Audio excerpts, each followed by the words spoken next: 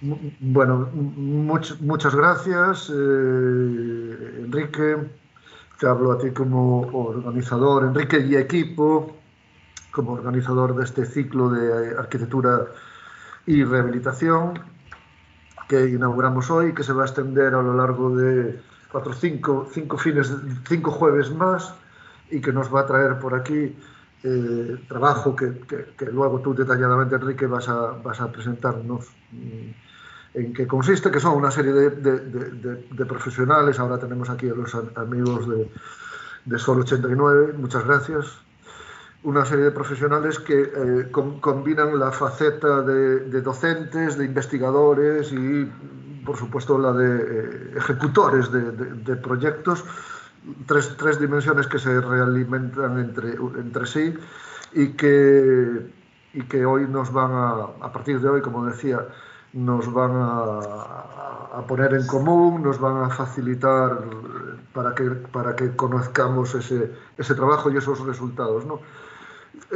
Yo quiero, bueno, por supuesto, agradecerles a todos su disponibilidad para estar aquí, agradecer a la universidad el que nos haya dado su apoyo para que esto sea posible y al público que nos escucha, por supuesto.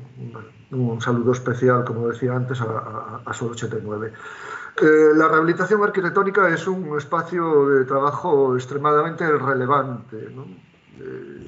Mantener a nuestros edificios históricos en condiciones de ser transmitidos al futuro, refuncionalizar el patrimonio vernáculo, son retos en sí mismos muy oportunos para el ejercicio profesional, para la investigación y para la acción. Pero la acción rehabilitadora no se queda aquí, ¿no? La necesidad de rehabilitación es muy amplia, se extiende a los edificios construidos ayer mismo, ¿no? Que necesitan adaptarse a requerimientos contemporáneos, incluso a requerimientos venidos de agendas globales, ¿no? Por ejemplo, pues temas de accesibilidad que son más que necesarios para una sociedad que envejece a pasos agigantados. Temas, por citar apenas los más frecuentes en nuestro trabajo, como el de la rehabilitación energética, ¿no? Imprescindible para atenuar o mitigar o combatir el cambio climático, ¿no? En este orden de cosas quiero poner como ejemplo, algo chauvinista si se quiere, ejemplo de la rehabilitación energética, que hoy precisamente concluimos en el edificio de nuestra escuela, un edificio que tiene apenas 40 años y que estaba extremadamente necesitado de esa rehabilitación energética y que permitirá, como consecuencia del trabajo que se ha realizado, que permitirá el ahorro, no solo la mejora del confort para las personas usuarias, sino el ahorro de la emisión de cientos de kilos de dióxido de carbono venenoso a la atmósfera cada año. Es extraordinario lo que se consigue con la rehabilitación de edificios construidos ayer, ¿no?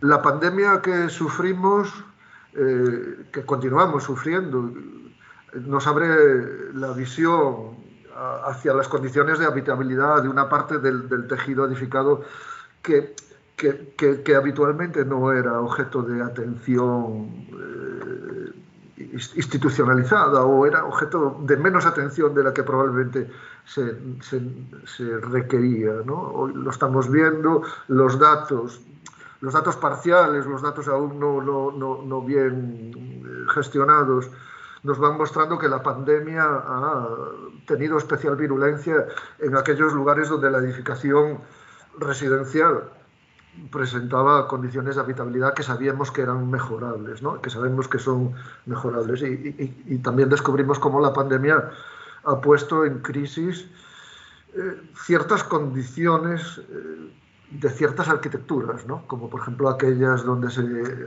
cuidaban nuestros mayores, o las de los edificios escolares, o la de en general tantos equipamientos colectivos que pasaron de ser convertidos en lugar de cuidados a ser convertidos en situaciones de riesgo, ¿no? Evidentemente la rehabilitación arquitectónica ha encontrado de repente un ámbito de trabajo, un ámbito de utilidad a la sociedad enorme y desconocido hace apenas muy poco tiempo, ¿no? La Escuela de Arquitectura de Coruña ha estado atenta a la rehabilitación arquitectónica, a la intervención sobre lo construido desde el origen de sus tiempos, hace casi 50 años, ¿no? Su profesorado, su alumnado, la docencia, la investigación, su acción cultural ha estado siempre cerca de la intervención, como decía, en lo construido, ¿no? Yo, como director, tengo que decir y creo representar el sentir colectivo, quiero decir que estamos especialmente orgullosos de haber contribuido a este debate o a la consolidación y a la sensibilización acerca de la intervención en el patrimonio a través, por un lado, de nuestro programa Jacobus, que casi ya durante 30 años, y trabajando conjuntamente con las escuelas de Regensburg y Clermont-Ferrand, ha tenido siempre una línea de acción sobre lo existente, no necesariamente edificación extremadamente antigua, sino edificación de ayer que necesita ser refuncionalizada para convertirse en parte del patrimonio actual, ¿no? Hablo concretamente del trabajo que ahora mismo Jacobus tiene en sus...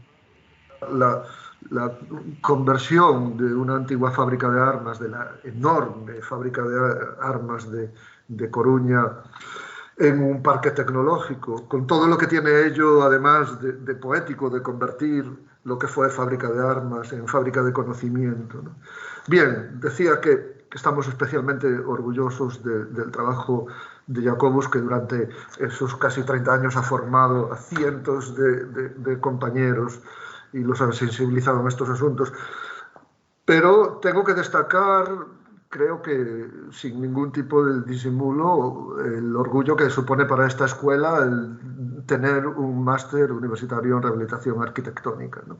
Que hoy muestra una vez más señales de vitalidad organizando este ciclo de conferencias, ¿vale? Con todo lo que ello significa, ¿no? La rehabilitación arquitectónica hoy, como decía anteriormente, es más necesaria que nunca, ¿no? Ahí está todo ese patrimonio que seguimos necesitando transmitir a nuestros hijos y a los hijos de nuestros hijos.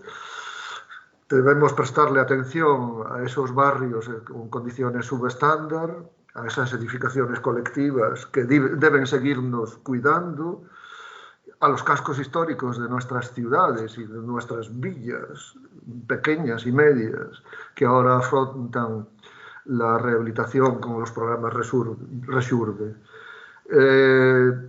Estoy convencido de que Galicia, la sociedad gallega, sus dirigentes políticos y sus dirigentes académicos entienden todo este mensaje, entienden la necesidad económica, social, funcional, estética, etcétera, etcétera, de mantener este patrimonio en plenas condiciones, y que entienden que nosotros, como universidad pública, tenemos las capacidades y la responsabilidad social de hacer que esto sea posible.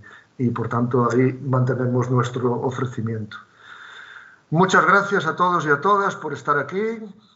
Muchas gracias por organizarlo. Enrique, te cedo la palabra y, insisto, enhorabuena por haberlo organizado. Muy bien, pues muchísimas gracias, Plácido. Bueno, no puedo más que sumarme a todo lo que a todo lo que acabas de comentar, ¿no? Ese contexto global que nos envuelve a todos y que nos hace partícipes de todo esto. Y en esa idea y en esa, digamos, reivindicación de la importancia de la rehabilitación arquitectónica y de los ojos de los arquitectos y de las arquitectas para trabajar sobre el patrimonio que nos ha tocado mantener y digamos, pelear y proyectar sobre en él, digamos que es el contexto que vivimos y en el que tendremos que vivir. Y digamos que este ciclo surge como primera edición precisamente con esa idea de reivindicar y darle fuerza a eso que ya hace tantos años venimos haciendo. Tengo que decir bueno, que los pequeños esfuerzos personales, duales, de grupos de profesores, etcétera, etcétera, pues hacen que la bola se pueda hacer cada día un poquito más grande, y eso pues no deja de ser interesante para todos, ¿no? Y para el contexto de escuela que es en el que estamos. Hemos querido titular este primer ciclo como arquitectura más rehabilitación, dos términos íntimamente ligados a través del MURA, del Máster Universitario en Rehabilitación Arquitectónica, y hemos querido en esta primera edición colocarle aquello de 0-1 acción, para con ello tratar de generar un pequeño grupo de profesionales, equipos, personas que trabajan sobre lo construido, ¿no? Con esa idea de la acción, de las manos en la masa, de los pies en la tierra, de huir quizás de planteamientos estrictamente teóricos o estrictamente técnicos, sino de tener que lidiar con esos ojos, con esa visión amplia, ¿no? Con ese proyecto más complejo que decía Ignacio Paricio. Y bueno, con esa visión hemos invitado hoy a Juanjo y a María, el próximo jueves a Juan y a Isidro, o el despacho AU, profesor uno de ellos también en la escuela, el siguiente a Arturo Franco, el siguiente a Carlos Pita, y para cerrar el ciclo a Carlas Enrique, que hará que el jueves 20 pues cerramos este proceso. Digamos que con muchos puntos en común desde esa visión de la acción, pero también con muchas singularidades, ¿no? Y con muchas aproximaciones, entiendo yo, complementarias que nos permitirán hacer o conseguir un bagaje interesante dentro de este ciclo o sumatorio de cosas. Pero bueno, lo que toca y lo que me toca sobre todo ahora es agradecer a Juanjo y a María que haya sido tan fácil liarlos, que eso es lo primero que hay que decir, ¿no? Yo recuerdo hace años, allá por el 2000, no, quizás 2006, que una pareja de Coruña con sus campitos de fútbol se encontraba con una pareja sevillana y su guardería, ¿no? En un momento tan bonito como aquello en la Fundación Camuñas. Y bueno, a partir de ahí como que esos encuentros puntuales hacen que en el tiempo uno se esté siempre fijando con atención a lo que están haciendo por allí en Sevilla, ¿no? Muy interesante. Bueno, con atención y con muchísima admiración también tendría que decirlo, ¿no? Esa dedicación tan intensa, ¿no? A aquello de picar piedra, que es algo que en otras jornadas que también organizamos por aquí, que se llaman Holladas de Preto, a las que invitamos a egresados de la escuela que nos cuenten sus experiencias, pues siempre hablamos de esa necesidad de la afición, de esa constancia y esa dedicación necesaria para que las cosas vayan adelante y salgan bien. Bueno, pues yo creo que María y Juanjo son un ejemplo estupendísimo de lo que eso supone y que nos debe de, digamos, bañar a todos, ¿no? Y haciéndolo también a través de una suma de actividades que no solo son estrictamente lo profesional, sino que está la investigación y está la docencia, ¿no? Entonces, bueno, qué bien. Y a veces confundiendo las cosas, que está todavía mejor. Digamos que nos sentimos muy próximos con esas cuestiones, ¿no? Y uno siempre está atento a esas charlas, esas conferencias, aunque sean online, como está desafortunadamente ocurriendo hoy, nos podamos tener aquí en la escuela. Pero cuando en las charlas pues sale, no sé, Paul Valéry el otro día, ¿no? Para hablar de las pieles y su profundidad, o cuando aparecen publicaciones y textos como Proyectos Encontrados, como, no sé, el Proyectar Leyendo, cosas así, pues uno, bueno, dice, caray, cuánto interés, ¿no? Y además, si uno sigue vuestra trayectoria y se encuentra también con esas colecciones de cuadernos, ¿no? Que nos hablan precisamente de patrimonio y de la arquitectura mirando hacia el patrimonio, pues todavía se siente mejor y cada vez piensa que precisamente vuestra presencia aquí es no solo importante, sino también necesaria. Y claro, con esos mimbres no podían salir malas obras, ¿no? Y bueno, y será fácil citar, ¿no? Muchas de ellas, y también los premios y los reconocimientos que habéis obtenido, ¿no? Desde los que nos tocan cerquita y con Carlos aquí presente, como los ENOR, hasta, no sé, las nominaciones a los Mies o hasta tantas y tantas cosas, ¿no? Philippe Rotier o los 40 Under 40, o bueno, tantas y tantas cosas y tantos méritos y tantos reconocimientos que vais acumulando en el tiempo. Y más admiraciones además con todas las cuestiones que tienen que ver con la internacionalización de vuestro trabajo, ¿no? Digamos, somos arquitectos locales, a veces con esa condición de trabajar en la periferia, visto el asunto desde Madrid, no con otras visiones, eso es algo que defendemos siempre aquí, pero desde luego que hace que vuestro trabajo tenga un valor enormísimo y que pongamos toda la atención en lo que nos vayáis a contar. Quisiera también decir que, bueno, hay bastantes personas. Si nos permitís, estableceremos un pequeño diálogo al final, dentro de los límites de tiempo que tenemos. Pero si alguna persona quiere utilizar el chat también para lanzar preguntas o comentarios, estaré atento para trasladároslas en caso de que no lo puedan hacer con el micro o de manera más convencional.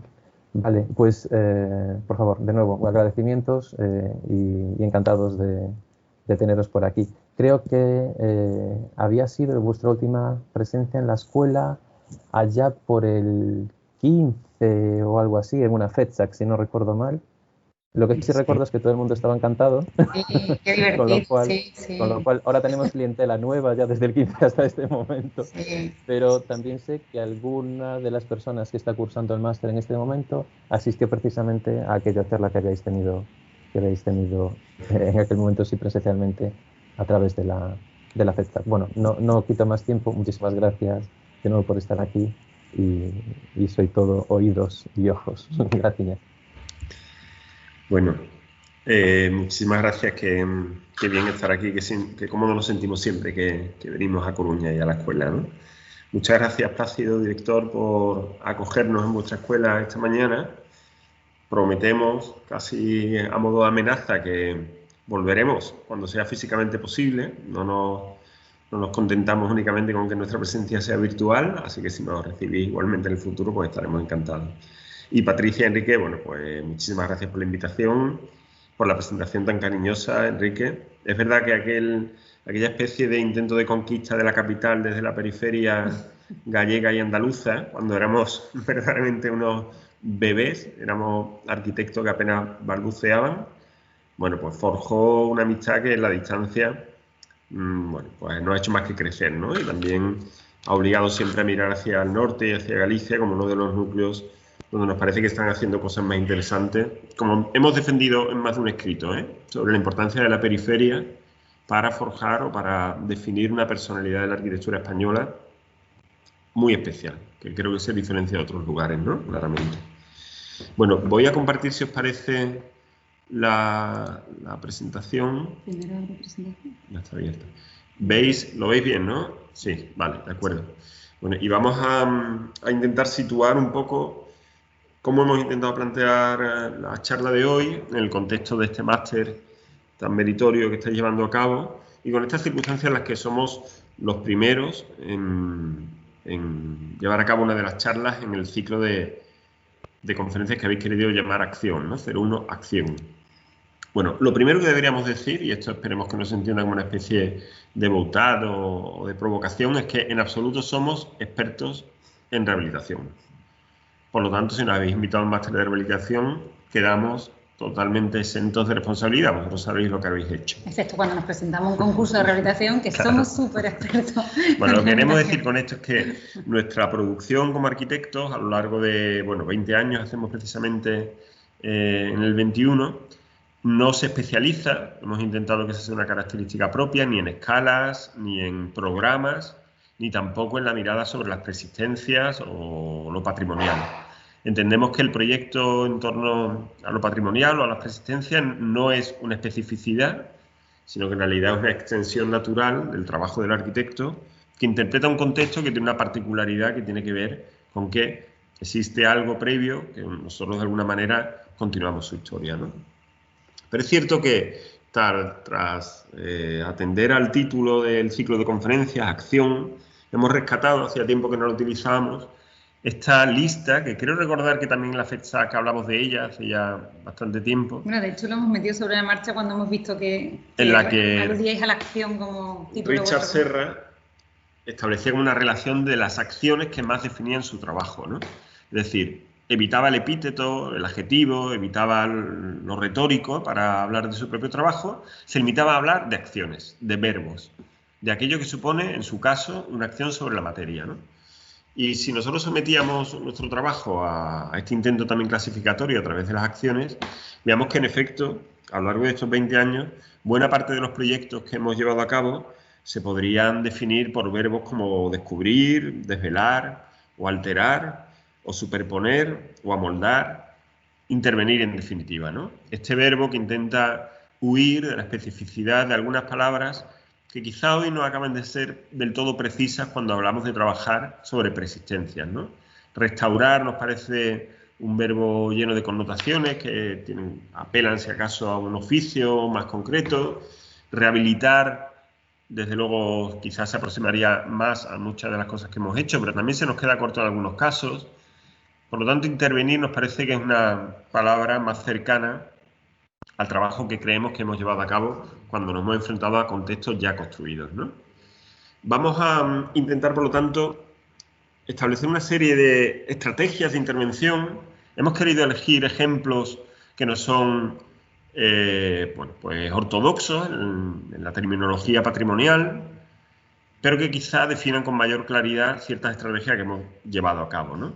Es cierto que a lo largo de este tiempo hemos desarrollado proyectos muy vinculados a bienes que eran BIC, que son BIC, bienes de interés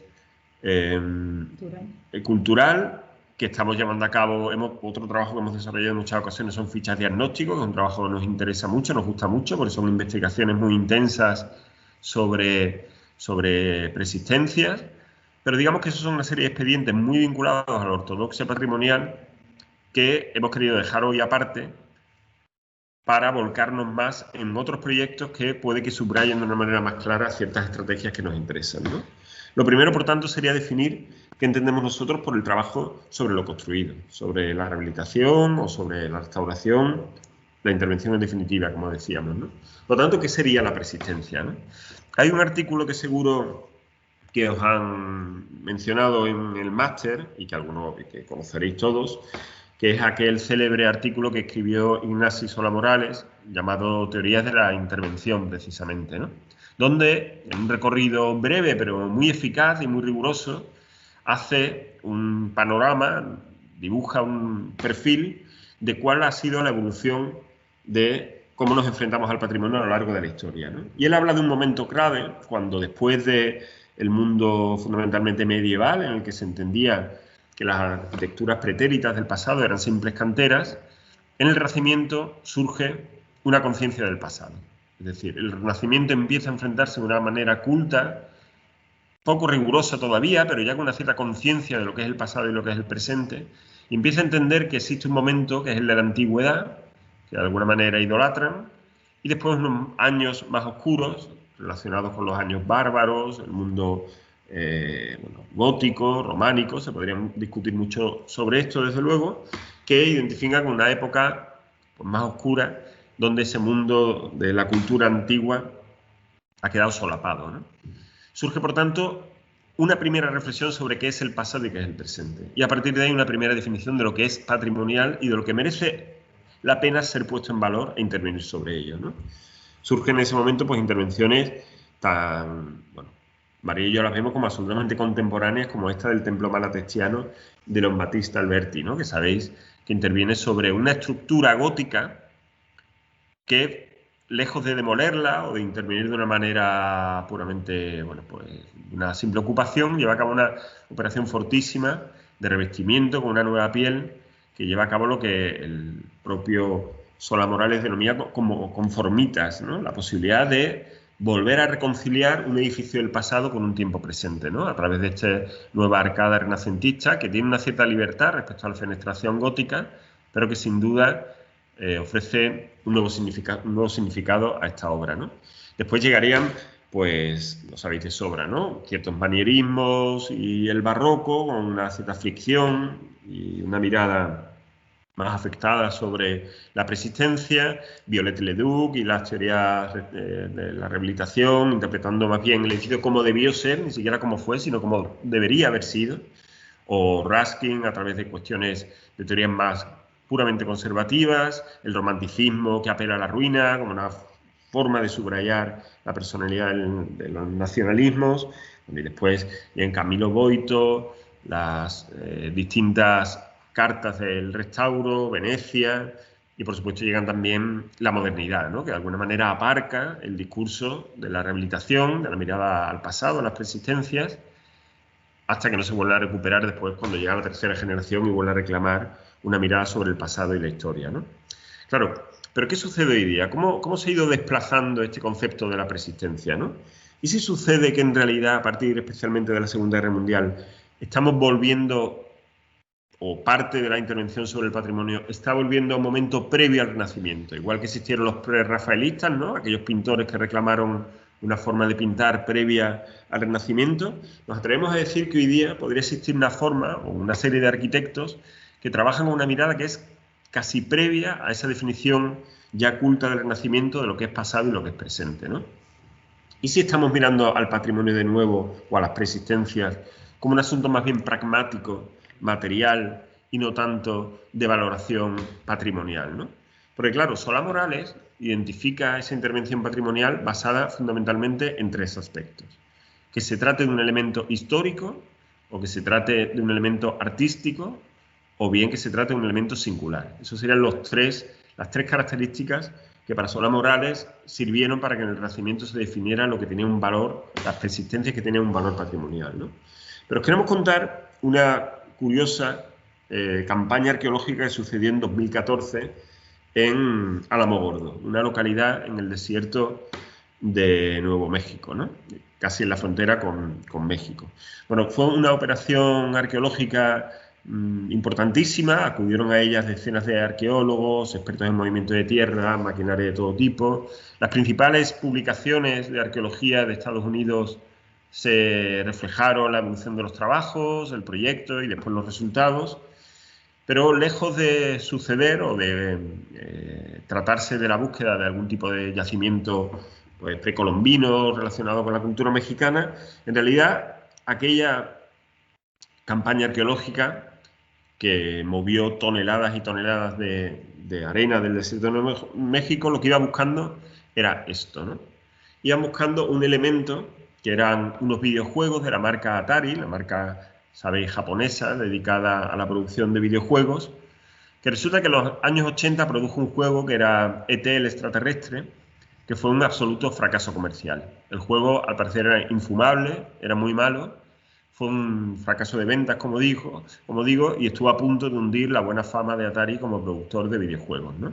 Entonces, Atari llevó a cabo una sorprendente decisión, que fue acumular el stock de este videojuego que había en Estados Unidos y, como si fuera un asunto de nocturnidad y alevosía, llevarlo al desierto de Nuevo México de noche, enterrarlo, echar sobre él una solera de hormigón e intentar pues, jugar a la ficción de que ese videojuego no había existido, ¿no? Claro, ¿qué sucede? Que este videojuego, que ahora han querido rescatar los arqueólogos como un testimonio de nuestra cultura contemporánea, ya no atiende a ninguna de esas tres características que Solá Morales definía como necesarias para ser considerado un bien rescatable, un bien patrimonial, ¿no? No se trata de un elemento de valor histórico, al fin y al cabo sucedió ayer, como podemos decir en términos historiográficos, y está perfectamente datado. Tampoco se trata de un elemento singular, al tratarse de un producto industrial, por lo tanto está producido en miles de copias en serie, y por supuesto tampoco tiene valor artístico. Os recuerdo que hemos dicho que era un juego realmente malo, mal diseñado, mal producido, y por lo tanto tampoco tenía un valor siquiera como producto artístico, ¿no? ¿Qué ha sucedido para que de repente haya una mirada sobre esta arqueología que merezca la pena recuperar, ¿no? Bueno, ya en los 60 surgió un grupo de arqueólogos que se denominaban los arqueólogos procesuales, que pusieron el foco precisamente en los vertederos, ¿no?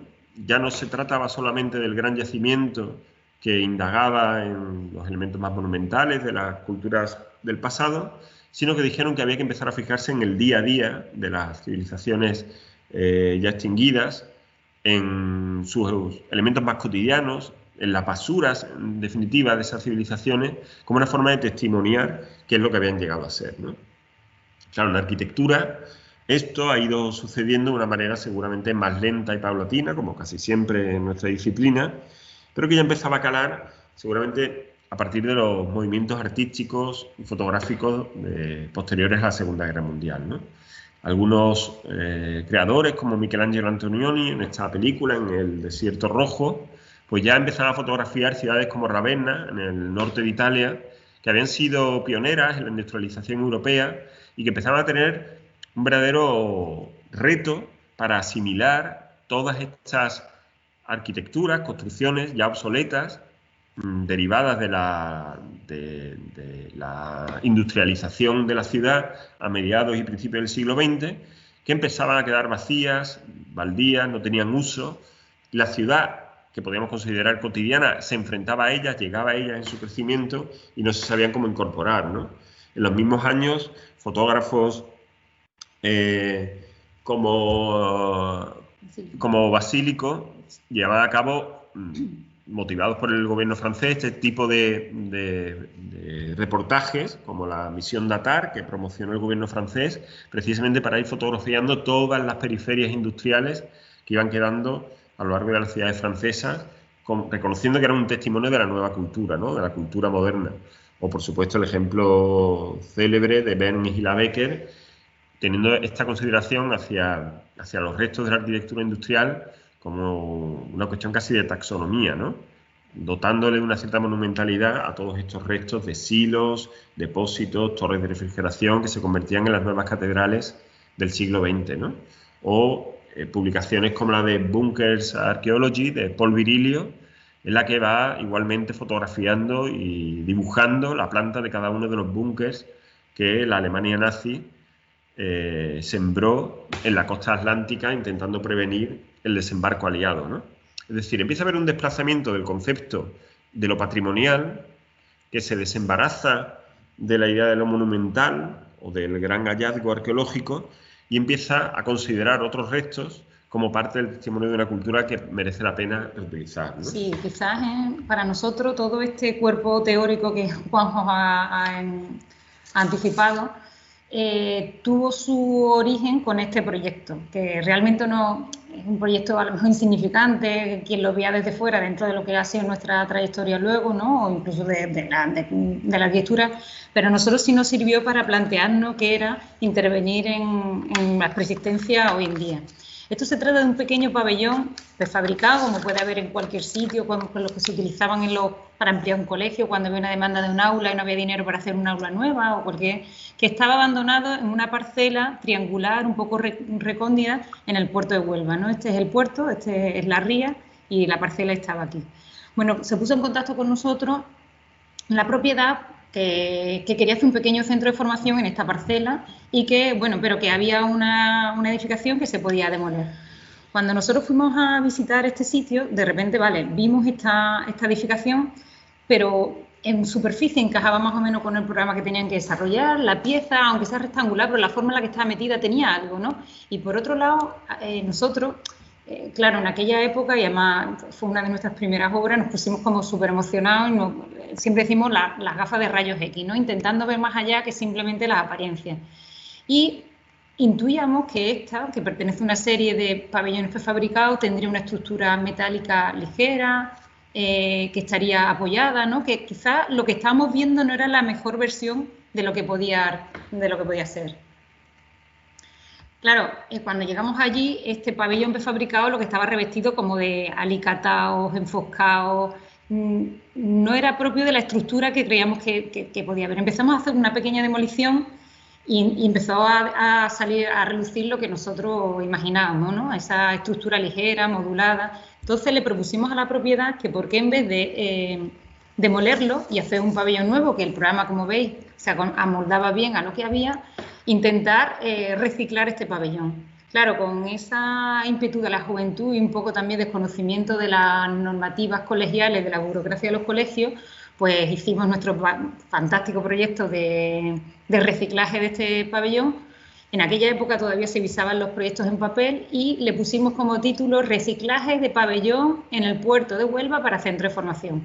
Nos gastamos nuestro dinero en las 5 copias en papel, todos los planos, y los mandamos al colegio. ¿Cuál fue nuestra sorpresa? Que nos llega una nota colegial que nos dice que no, que tenemos que volver a sacar todos los planos y volverlos a fotocopiar porque reciclaje no está dentro de los apartados que tiene el colegio, que es reforma, rehabilitación, ampliación, pero reciclaje no.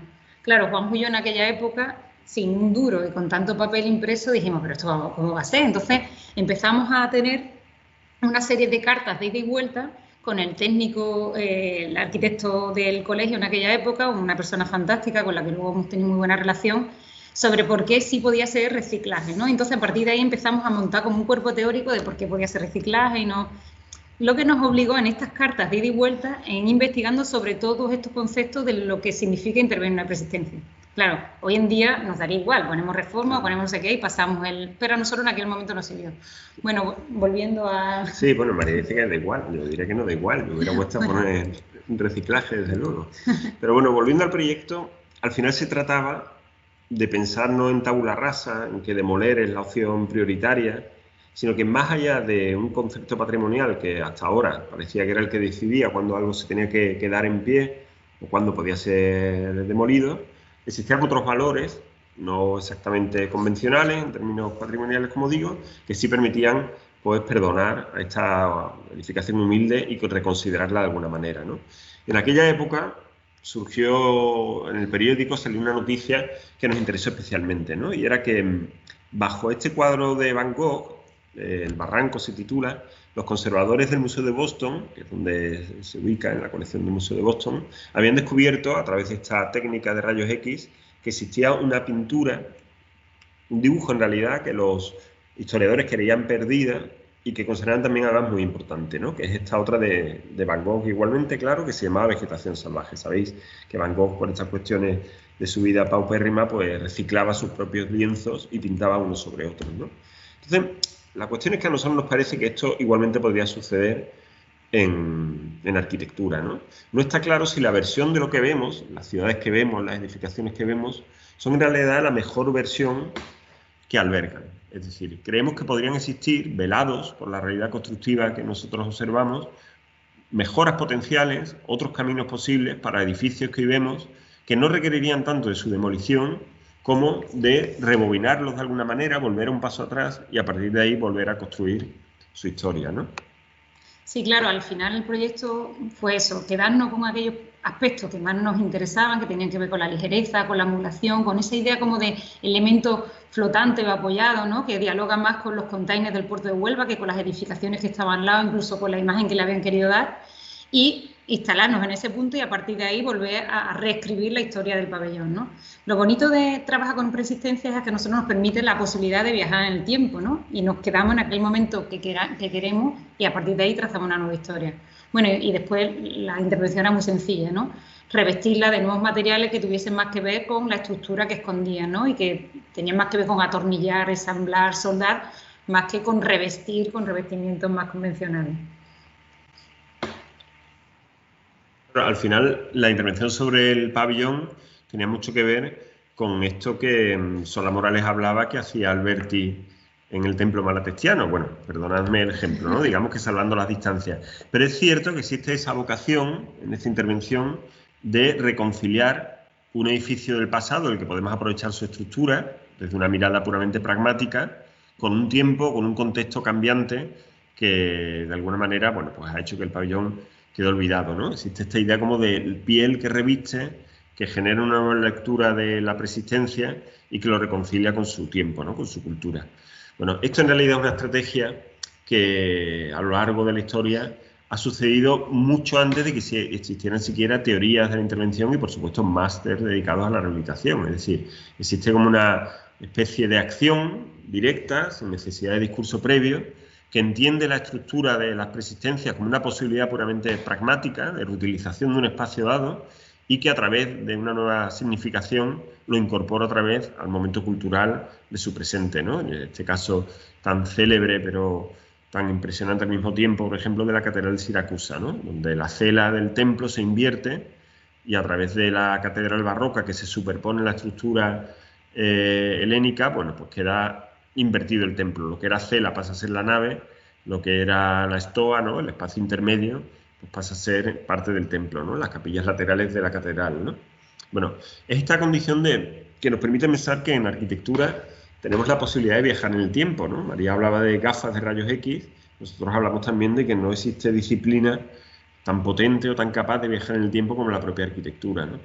Este es otro como de nuestros párrafos de cabecera que intentamos asimilar también a la intervención sobre persistencias, ¿no? Este de Jorge Luis Borges, El jardín de los senderos que se bifurcan, que hablan de pensar en un tiempo. El tiempo arquitectónico no es un tiempo lineal, que siempre avanza, que siempre deja un rastro al que nunca se puede volver, sino que el tiempo en arquitectura es un tiempo más bien, bueno, pues como una especie de rizoma o de ovillo, donde tirando de ciertos hilos podemos volver a tiempos pasados, podemos reescribir la historia de la arquitectura o de ciertos edificios, como ha sido el caso del pabellón, y por lo tanto el tiempo es algo que se bifurca, que converge o que puede ser paralelo, ¿no? Esta condición del tiempo, que daba título a la charla de hoy, Tiempos encontrados, pues hace una reflexión continua. Pues la verdad es que no de una manera premeditada, no existía una vocación especialmente por nuestra parte de intervenir en lo persistente, pero lo cierto es que en los años que nos han tocado trabajar, pues se ha convertido, por supuesto, en algo que siempre está encima de nuestra mesa, ¿no? Por lo tanto, la reflexión en torno al tiempo como materia arquitectónica ha estado muy presente en nuestro trabajo, ¿no? El proyecto que ahora os contamos, la intervención, tiene que ver precisamente con esa condición. Este no es un proyecto parcial, casi una acción directa. Existe un proyecto redactado de la manera convencional, pero tiene algo físico esta intervención, como de actuar sobre la materia directamente, como en la lista de Richard Serra que os contamos, y os vamos a contar por qué. Sí, nosotros solo actuamos en la planta primera de este edificio, un edificio que pertenece a la Universidad de Sevilla, que es el Centro de Iniciativas Culturales de la Universidad de Sevilla. Es un edificio con todas las catalogaciones patrimoniales que podéis hacer una idea, porque se apoya en parte en un lienzo de muralla, está en el entorno de la catedral y del Alcázar, ¿no?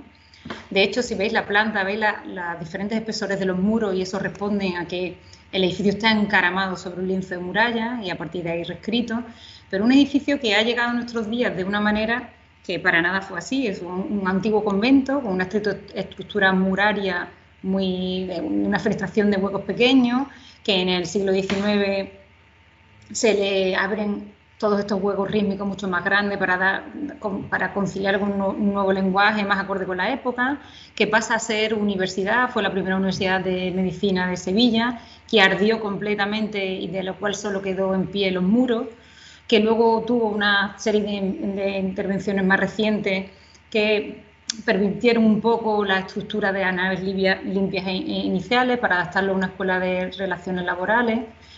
En fin, que cuando nosotros llegamos a ese edificio ya había sido intervenido recientemente en las plantas inferiores y a nosotros nos dicen que tenemos que intervenir en esta planta, ¿no?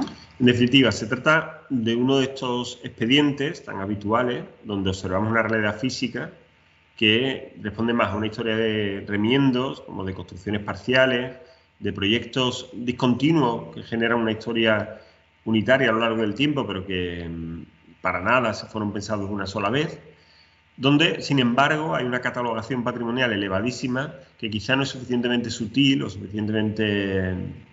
no se para suficientemente en atender a estas cuestiones que decimos, donde llegó a haber un momento en que este edificio fue una absoluta ruina después del incendio al principio del siglo XX, ¿no? Donde solo quedaron las crujías, los muros y el espacio, pero todos los forjados se devastaron y, por supuesto, no quedó nada de revestimientos, ¿no? La cuestión es que cuando nosotros llegamos, hicimos algo que llevamos a cabo siempre y, desde luego, cuando trabajamos con persistencia más todavía, que es dibujar el edificio. Da igual que tengamos una planimetría, que hacemos un levantamiento propio.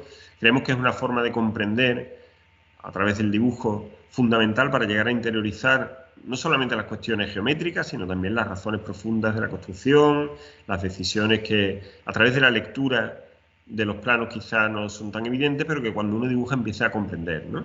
Y en ese proceso de dibujo, donde nos llevamos varios días, coincidió con un certamen de arte urbano que se desarrollaba en este centro de iniciativas culturales que os decíamos. En la planta baja, en principio. En principio era en la planta baja, pero claro, como estamos hablando de artistas, pues hubo uno de ellos, especialmente travieso, podríamos decir, que decidió aventurarse en las plantas superiores, que tenían este aspecto, bueno, pues de cartón yeso, de yeso laminado, que revestía todos los muros, porque como ha dicho María, hasta principios del siglo XXI, finales del siglo XX, había sido una facultad universitaria y tenía este punto como aséptico, ¿no? Como lleno de revestimientos. Este era el artista que nos encontramos, que se había colado en nuestra área de intervención, se llama El Tono. Si alguno soy aficionado al graffiti, es un personaje bastante conocido. Y estaba llevando a cabo este tipo de obras, con una Rotaflex en mano, lo cual ya cuando uno ve a un tipo con una Rotaflex ya se pone serio, sabe que algo serio está sucediendo.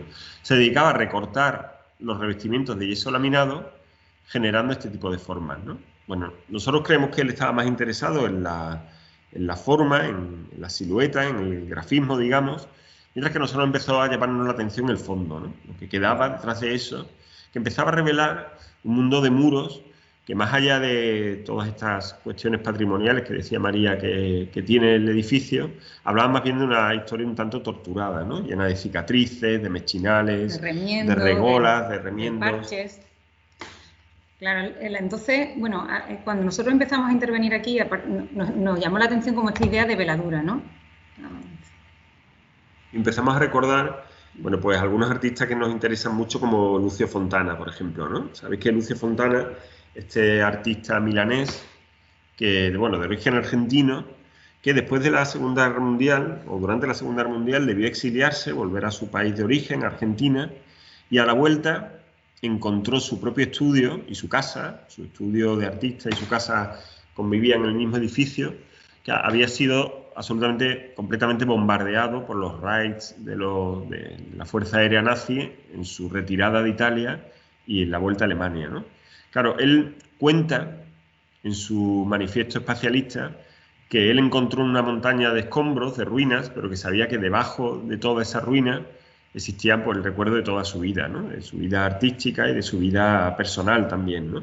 Y a partir de ahí fundó este movimiento a través del cual, pues, proponía rajar el lienzo de sus cuadros, en vez de pintarlos, en vez de quedarse en la superficie. Dotarle de una dimensión más allá del lienzo, del plano. Y descubrir qué había al otro lado, ¿no? Bueno, pues eso es lo que nosotros nos propusimos hacer con este edificio, pero paralelamente había una reflexión sobre lo que tenía que ser un centro de arte contemporáneo hoy en día. Nosotros pensamos que los centros de arte contemporáneo, como más esto además que no solamente es exposición, sino creación, no atendían ya a dos dimensiones del espacio, ¿no? Como hasta ahora, que es el plano del suelo y el de la pared, donde se apoyan las obras, donde se cuelgan, sino que tanto espectador como creador interfieren o interaccionan con las tres dimensiones del espacio, con lo cual creíamos que una sala de exposición hoy en día, que además se reconfigura en cada exposición, tenía más que ver con un espacio escénico, ¿no? Con esa tramoya de los espacios escénicos que te permiten colgar en cualquier sitio, pinchar en cualquier sitio, con lo cual creamos, con esta doble condición, la de velar y la del espacio escénico, una especie de tramoya o de empalizada que cubría tanto las paredes como el techo, que nos permitía, pues, clavar cosas, colar cosas en todas las dimensiones del espacio, velando o dejando ver esas cicatrices y esos muros que realmente contaban la verdadera historia del edificio. Sí, habría una empalizada de madera, de listones de madera, casi como si fuera la estructura previa que soporta después el revestimiento, ¿no? Como la subestructura de cualquier trasdosado en seco, que a través de esos perfiles de madera de pino, muy baratos, permitiría generar una idea de espacialidad cuando se acomete el espacio en su eje, ¿no? Conformaría un revestimiento muy continuo, pero si se divisaba de una manera transversal, pues uno atisbaba todas estas heridas en los muros, la materialidad de la persistencia y demás, ¿no? Bueno, la cuestión es que, llegado un momento, pues se entregó el proyecto, estamos en plena crisis. Me temo que ya hay que hablar de la crisis anterior, claro, esto es terrible, ¿no? Que los arquitectos estamos siempre como en crisis perpetua. Bueno, la ciudadanía también, pero nosotros, pues de alguna manera lo sufrimos como profesionales, ¿no? Bueno, pues fue un momento donde había muy poco trabajo y el proyecto se entregó y ahí quedó, y no se supo nada más, ¿no? Nosotros volvimos a nuestras tareas y en aquel tiempo estamos llevando a cabo una pequeña intervención en el centro de la ciudad que nos permitió, pues, ensayar esta historia del encuentro entre tiempos diversos de primera mano, ¿no? Se trataba de una pequeña vivienda, como os digo, en la zona más popular del centro de Sevilla, donde las viviendas no surgen desde una traza planificada, o no surgían desde una traza planificada, estamos hablando de viviendas del siglo XVIII y XIX, sino más bien por acuerdos, ¿no? Pues en función de cómo evolucionaba tu vida, tu familia, tú comprabas una habitación a tu vecino o le cedías parte de tu vivienda a la propiedad colindante, de modo que la silueta de las casas se redibujaba continuamente, ¿no? Claro, nosotros entramos en esta vivienda, que además tuvimos la suerte de intervenir de una forma que creo que es la mejor para intervenir en patrimonio, que no es siguiendo los procesos lógicos que te marca la administración, en que tú entras, registras lo que ves, haces un proyecto y luego ya cuando tiene todos los permisos empieza la demolición y luego la construcción. Claro, en estos procesos, que es el normal, cuando empieza la demolición normalmente encuentras cosas que no esperaban, ¿no? Entonces, nosotros creemos que en este tipo de intervención, proyecto y demolición y acción deberían ser paralelos. Esta casa tenía una orden de ejecución inminente porque tenía patologías que peligraban su estabilidad y es la única fórmula en la que te dejan intervenir de manera inmediata sin un proyecto previo. Claro, nosotros ahí vimos el cielo abierto. Debe haber un técnico a cargo, eso sí, sí, un arquitecto. Nosotros nos hicimos cargo de ello y entonces dijimos, venga, ya sí, nosotros estamos aquí y ya estamos interviniendo. Y eso nos permitió que no hace falta hacer un proyecto previo, sino que íbamos haciendo el proyecto a la vez que trabajamos dentro del edificio. Y cuando decimos trabajamos, trabajamos. Sí, de hecho, hablaba antes Enrique de picar piedra, ¿no? Bueno, pues sí que picamos piedra. Esto fue una experiencia de una y no más. Fue interesantísimo, sí, pero realmente agotador. Decidimos llevar a cabo no solo directamente buena parte de la obra, especialmente los trabajos de demolición, de modo que por la mañana demolíamos y por la tarde dibujábamos, ¿no? Al final te das cuenta, y eso nos lo enseñó, nos lo ha ido enseñando cada vez que hemos trabajado con Persistencia, pero esta casa más aún, que hay unas lógicas constructivas en la vivienda popular que acaban imponiéndose, ¿no? Nosotros, claro, como el arquitecto siempre tiene el ímpetu rápido de ponerse a proyectar, habíamos proyectado ya como 3 versiones de proyecto de esta posible casa antes de empezar la demolición. Y a medida que íbamos demoliendo, lo íbamos transformando hasta que al final nos dimos cuenta que la versión más lógica del proyecto era la que iba pautando la propia casa, que descubrimos además que había sido el origen de esta casa, ahora tapado, revestido con falsos techos, pero que era una casa en la que se iban dando como el compás lógico. Crujías a fachada, crujía interior, espacio de ventilación y iluminación, crujía, y al final te iba marcando un ritmo natural. Sí, bueno, al final la casa, que se debe al mercado, que es la plaza donde se ubica, en realidad es una casa originalmente de carniceros del mercado, cede la planta baja como un espacio, aunque sea privativo, pero muy vinculado al mundo de lo público de la plaza, y se salpica de una serie de patios que permiten que la vivienda se pueda desarrollar en la densidad de las manzanas de las ciudades meridionales andaluzas, que son muy densas, ¿no? Y también, con esta condición un poco entre la autoconstrucción, no existió un momento definitivo de la intervención, es decir, no había como una conciencia finalista de en qué momento el proyecto está acabado, sino que en función de las capas que íbamos encontrando, a veces también de la urgencia o incluso de la disponibilidad económica, el proyecto iba deteniéndose en momentos concretos, a veces más revestidos, otras veces que intentaban mostrar episodios pasados de la propia edificación, de modo que no existe como esta condición de un tiempo superpuesto, sino más bien como un nuevo tiempo dialogante con el anterior, ¿no? Bueno, aquí veis algunas imágenes.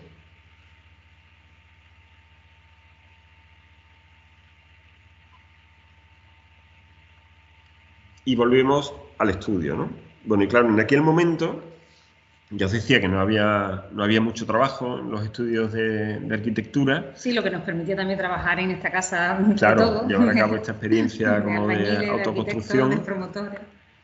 Recibimos una llamada en el estudio de la universidad. Claro, nos tiramos a ellos como locos, esperando que fuera, bueno, pues una vía de trabajo, claro está, y nos dicen, oye, ¿recordáis aquel proyecto en el antiguo convento? Y dijimos, sí, claro. Nos decían, bueno, pues tenemos, literalmente esto fue así, como en los chistes, una buena noticia y una mala. La buena es que se va a empezar la obra, la mala es que tenéis que reducir el presupuesto un 90%, no al 90%, un 90%. Es decir, o sea, que nos quedábamos con un 10% del presupuesto original de la obra. Claro, ante esa circunstancia fuimos a este documento fundamental al final de todo proyecto, que son las mediciones y la valoración del proyecto, y vimos que ese 10% se asimilaba al capítulo de demoliciones, ¿no? Con lo cual sucedía la paradoja que algo que siempre nos había interesado, que era la demolición como una acción creativa, como una acción potente del proyecto, pero que a veces se encontraba con, bueno, pues con dudas y suspicacias de los promotores. Bueno, tiene su parte de lógica. En este caso era casi la solución obligada en tiempos de crisis, ¿no? Teníamos que ser capaces de, con la mera acción de borrar, más que de construir, de quitar, más que de poner, ser capaces de habilitar un espacio hasta entonces baldío, ¿no? Y la intervención se basó fundamentalmente en eso, ¿no? Se trató de despojar el edificio de todos esos revestimientos que a lo largo de décadas había ido asumiendo, pues esos laminados, techos continuos, instalaciones, y desvelar, tampoco con ninguna pretensión moralista, ¿no? De decir esto es lo que es realmente lo que vosotros llamáis patrimonio, pero sí desvelar de una manera cruda que los muros, lo único que había persistido después de aquel gran incendio, que era la fábrica muraria y el espacio, por supuesto, ¿no? El espacio, la escala del espacio, estaba lleno de heridas, de todas las intervenciones, de todas las alteraciones y modificaciones que había ido sufriendo el edificio durante siglos, ¿no? Bueno, algo de presupuesto había y nos limitamos pues a sustituir las carpinterías del patio, intentando recuperar una relación más transparente de la galería con el patio. Al fin y al cabo son galerías que en su día no tenían ningún tipo de carpintería, retirando también esa carpintería del plano directo de la arcada para generar también de esa manera, bueno, pues una especie de pasillo técnico que permitía pues que una serie de actividades que se llevan a cabo durante el verano, voy a ir a esa diapositiva y ahora vuelvo, permitía que esa galería en torno al patio funcionara como una galería técnica de luz y sonido que hacía que el patio sea un espacio mucho más habitable, mucho más utilizable como escenario, ¿no? Por lo tanto, la intervención se trataba de demoler, construir esta caja de carpinterías y poco más, ¿no? Había algo también cercano, como os decía antes, a ciertas experiencias artísticas que nos interesaban, ¿no? Por ejemplo, esta de Michael Asher en Milán, en los años 70, donde le piden que lleve a cabo una exposición de su obra en la Galería Toselli, que era una galería realmente célebre en Milán, dedicada al arte contemporáneo. Estamos hablando de una ciudad, además, especialmente ligada al diseño, y lo que hace este artista es, a través de una máquina de chorro de arena, despojar de revestimientos toda la sala, ¿no? Había un discurso detrás de reclamación casi política, ¿no? Intentando desvelar la tramoya del mundo del mercado del arte contemporáneo. A nosotros eso nos da un poco más igual, pero sí nos interesaba la potencia del acto de dejar el espacio en bruto, ¿no? De quitar todo aquello que en realidad era sobrante, ¿no? Bueno, y básicamente pues eso es lo que nosotros hicimos. La verdad que nuestra intención no era dejar el edificio así, sino que fuera una primera fase de lo que luego sería el proyecto que realmente habíamos proyectado y el que queríamos hacer. Pero claro, aquí se produjo la perversión del sistema, ¿no? Porque para nosotros una cosa que nos parecía que era poner en valor un sitio y hacerlo disponible y accesible, nos sorprendió como de repente vimos a los políticos y a los encargados del rectorado y directores universitarios súper contentos allí el día de la inauguración porque estaban inaugurando un nuevo edificio, ¿no? Un edificio que por otro lado era bastante precario, no cumplía casi ninguna normativa, pero ellos lo importante era como parecer que se estaba haciendo algo, ¿no? Entonces nos dimos cuenta que en el fondo este tipo de intervenciones se estaban convirtiendo casi en un estilema que estaban siendo cómplices de la precariedad de un sistema, ¿no? Que realmente estaba invirtiendo muy poco en edificios públicos y en equipamientos públicos. Y eso nos dejó un poco contrariados. Sí, lo que queremos decir con esto es que lejos de intentar contaros los proyectos de hoy o las estrategias de hoy como recetas, como modos de actuación, reclamamos la necesidad de las respuestas específicas. Creemos que ese es el gran valor de la arquitectura. Enfrentados a un contexto y unas condiciones, el arquitecto da la mejor de las respuestas específicas para ese problema. Cuando un modo de intervenir se ha convertido en los últimos años, motivado por una circunstancia casi, bueno, pues como decía, una receta, dejar todo crudo, ha llegado a haber hasta bienales dedicadas a esto, que desde nuestro punto de vista era el canto del cisne, fue muy valiosa porque sirvió para datar y registrar un momento de la arquitectura española, pero de alguna manera nosotros entendíamos que también anunciaba el fin de esa época. Cuando vimos que este tipo de intervención se empezaba a convertir en algo casi a nivel de reclamo publicitario o también como de recurso fácil, pues nos dejó de interesar, ¿no? Creemos que esta es una intervención claramente coyuntural, que tenía su sentido en aquel momento, pero que no vale para todas las situaciones, ¿no?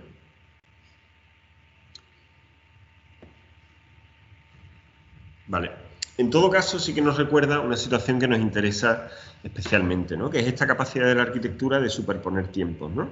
Bueno, el proyecto completo que hemos contado pretendía haber conseguido eso, una superposición literal entre los muros heridos y la nueva tramoya de madera que permitía la instalación o la infraestructura de la exposición del arte contemporáneo. Hay ciertas acciones que nos parecen especialmente evocadoras, ¿no? Como esta obra de Hiroshi Sugimoto, que lleva a cabo a finales de los años 70, que muchos conoceréis, ¿no? Donde sabéis que, dejando la velocidad del obturador de la cámara con un tiempo muy aletargado, fotografiaba películas enteras, ¿no? De modo que todas quedaban resumidas en un solo fotograma, que, bueno, pues sorprendentemente era un fotograma blanco y luminoso, ¿no? Existe esa posibilidad de contar todo un tiempo, en este caso el tiempo de una película, 90, 100 minutos, en un solo instante, ¿no? A través de la superposición de todas las imágenes. Nos parece que esto ejemplifica de una manera muy poética el trabajo de la arquitectura cuando hablamos de persistencia, ¿no? La arquitectura que nos rodea, sobre todo en ciudades como puede ser Coruña o Sevilla, no atienden a un solo momento, sino que más bien atienden a tiempos superpuestos que coinciden en nuestro presente, pero que en realidad relatan épocas muy diversas, ¿no? Esta es la serie tan evocadora de Sugimoto, y podemos pensar que en arquitectura esa superposición que él sugiere a través del cine sucede de nuevo de una manera mucho más lenta, pero la tenemos muy presente, ¿no? Y de una manera muy material. Este dibujo tan fascinante es el de Schliemann, el arqueólogo alemán que fue a la búsqueda de Troya, de la Troya mítica, cuando todavía se dudaba de su verdadera existencia, y su verdadero descubrimiento no fue el emplazamiento de Troya, sino que en realidad existían decenas, 9, 10 Troyas superpuestas, ¿no? Es decir, no existía una única Troya, la homérica, la de Aquiles, que todos podemos conocer, sino que en realidad la superposición era la verdadera realidad de Troya, ¿no? La de una ciudad encima de otra, ¿no? Esto es una cuestión que a nosotros nos interesa mucho, ¿no? Pensar que cuando uno interviene sobre la ciudad, nunca interviene sobre un terreno baldío, sobre una tabula rasa, sino que en realidad siempre hay huellas, siempre hay rastros que nos permiten dibujar las trazas de nuestros propios proyectos, ¿no? Sí, este proyecto hemos estado dudando si meterlo, ¿no? Porque ya lo habíamos contado muchas veces, pero creemos que sí está bien para ejemplar esto de trabajar sobre la huella de lo anterior, ¿no? Se trata de la rehabilitación de un antiguo matadero en el límite de un pueblo de la Sierra de Cádiz, de Medina Sidonia. Como sabéis, los mataderos eran como la primera... ¿Puedes pasar? Sí, ¿no? Bueno, aquí lo veis, aquí acaba el municipio y esto debió ser una construcción que estaba aislada, ¿no? Ya en mitad del campo, pero con el crecimiento de la ciudad ha quedado como metida dentro de una manzana, ¿no? Este es el estado en el que nos encontrábamos. Era una arquitectura que muy clara, porque era una arquitectura industrial, ¿no? O protoindustrial, que estaba marcada por la actividad que se iba a hacer y los recorridos y los espacios eran unos esquemas muy claros que con el tiempo pues se habían ido contaminando, llenando de pequeñas construcciones. Algunas de las naves ya eran lugar de almacenaje porque ya llevaba tiempo sin funcionar como matadero.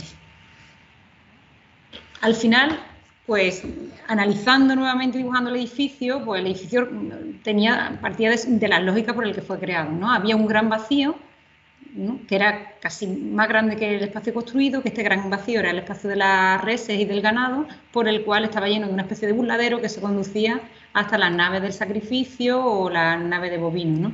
Y luego una edificación como con un poco de más prestancia dentro de la arquitectura, una arquitectura popular y dedicada a la industria, ¿no? Que por la que accedían por los veterinarios, los matarifes o las personas que se acercaban al matadero por alguna cuestión. Nosotros teníamos que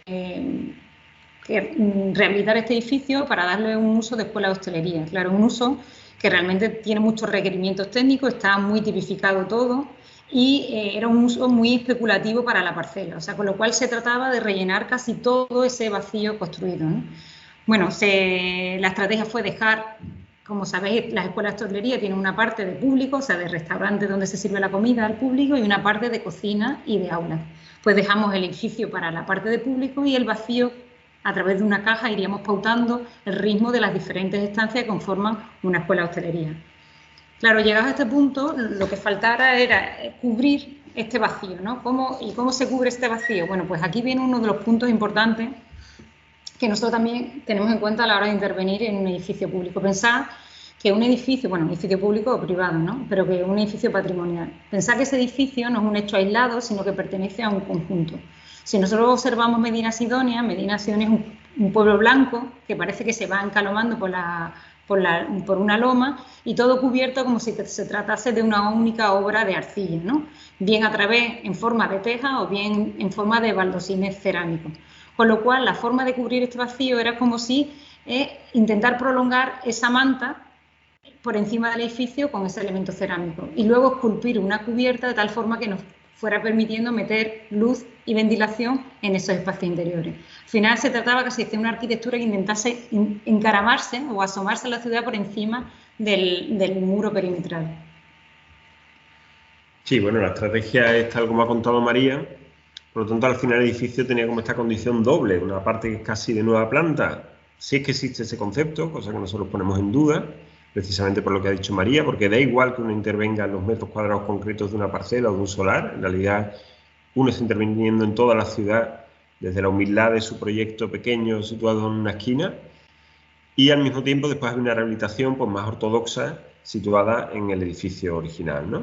Aquí veis ya algunas imágenes del proyecto, esta condición material que daba continuidad a las cubiertas. No solamente era material, también era de escala, ¿no? Porque si veis Medina hay una fragmentación en esas cubiertas que es lo que lo hace especial. Si hubiera sido una única cubierta plana de toda esa dimensión con el mismo material, el resultado no hubiera sido el mismo, no se hubiera producido ese lenguaje de tú a tú con el resto de las cubiertas de Medina.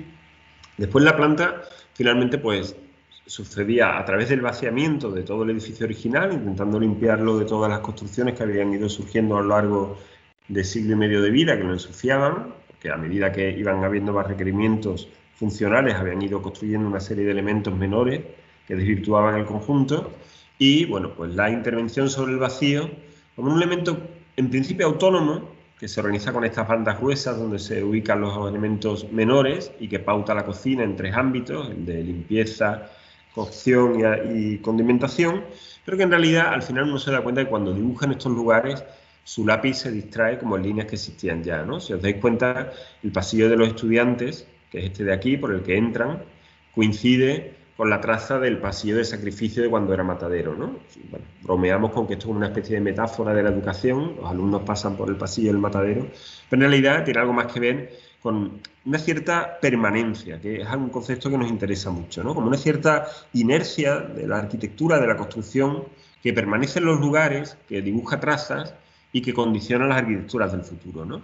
Incluso arquitecturas que los historiadores nos han enseñado como absolutamente desvinculadas de la historia, ¿no? Le Corbusier, que quiso demoler medio París para hacer su ciudad.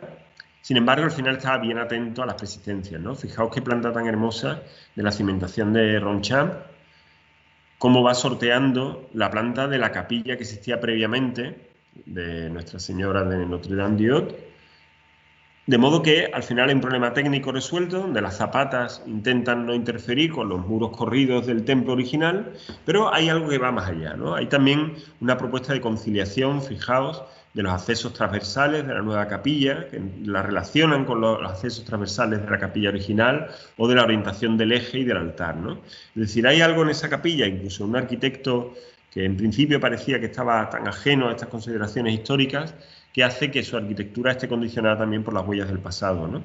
Esta era la antigua iglesia de Notre-Dame-du-Haut, que los nazis bombardearon de nuevo, quizás después de pasar por la casa de Lucio Fontana, y los ripios y los escombros de aquella capilla quedaron en la colina hasta que Le Corbusier empieza a construir Ronchamp y utiliza esos mismos elementos de demolición para regruesar sus muros, ¿no? Sabéis que la construcción de los muros de Ronchamp es una especie de opus conceptum romano, donde hay 2 muros exteriores que se rellenan cascotes, con escombros, y en este caso eran los de la propia capilla original, ¿no? Como si la nueva capilla se nutre de la antigüedad,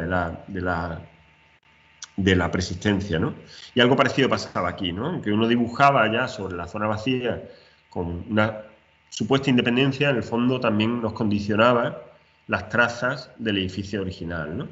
Bueno, las cocinas al final son este ámbito que se va asomando por encima del muro para recoger la luz y se salpica con una serie de patios que procuran ventilaciones cruzadas a las cocinas, y pues surge esta sección un poco nerviosa que va funcionando como claristorios, ¿no? Como elementos que a través de la altura permiten iluminar los espacios que están confinados por el muro perimetral, ¿no? Para nosotros era muy importante no perder ese aspecto de rudeza, ¿no? De crudeza que tenía el edificio original, que por otro lado era un edificio pues destinado al sacrificio de los animales, ¿no? Y mantener, bueno, estos son lo que ha dicho Juanjo de la Capilla Notre Dame, en el que las cosas se construyen a partir de los desechos de otras cosas. Eso es algo normal en nuestras ciudades. Si veis, todo el edificio está salpicado de una serie de columnas que no son más que columnas de edificaciones antiguas de Medina Sidonia, incluso algunos creen que es del templo del Culemercat, pero eso no está totalmente demostrado, ¿no?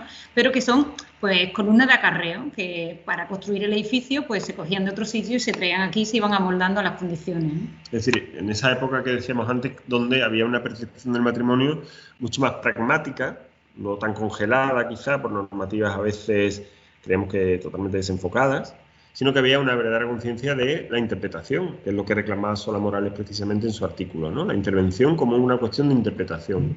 Cualquiera de estos proyectos está acompañado previamente de investigaciones muy intensas que disfrutamos mucho sobre la historia de estos edificios, pero finalmente actuar es intervenir, y intervenir es interpretar, que no quepa ninguna duda, ¿no?